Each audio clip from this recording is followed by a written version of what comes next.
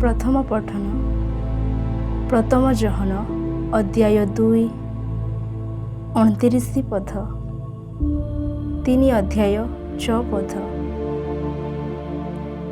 ईश्वरंकर संतान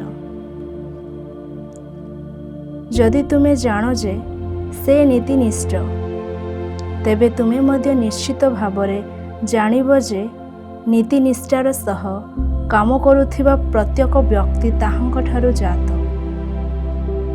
सुतरां जे केही ताहांकटरे वास करे से कौनसी पाप करे नाही। जे पाप करे से तांकु देखी नाही किंबा जानी नाही। साधु जॉन लिखित सुसमाचार 1 अध्याय 29 रु 34 पद पर्यंत।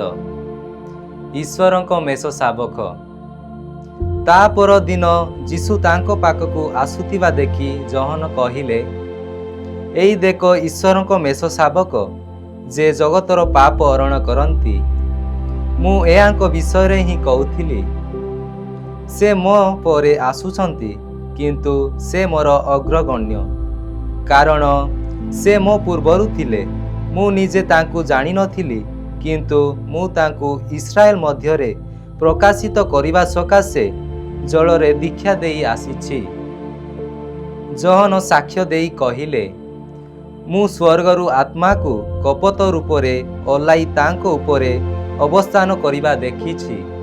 मु निजे तांकु जानि नथिली किंतु जे मते जलरे दीक्षा देबाकू प्रेरण कले से मते कहिले, जाहांको उपरे आत्मा अवतीर्ण होई अवस्थान करिबा तुमे देखिबो से ही सेई व्यक्ति जे पवित्र आत्मांक द्वारा दीक्षा दियंती।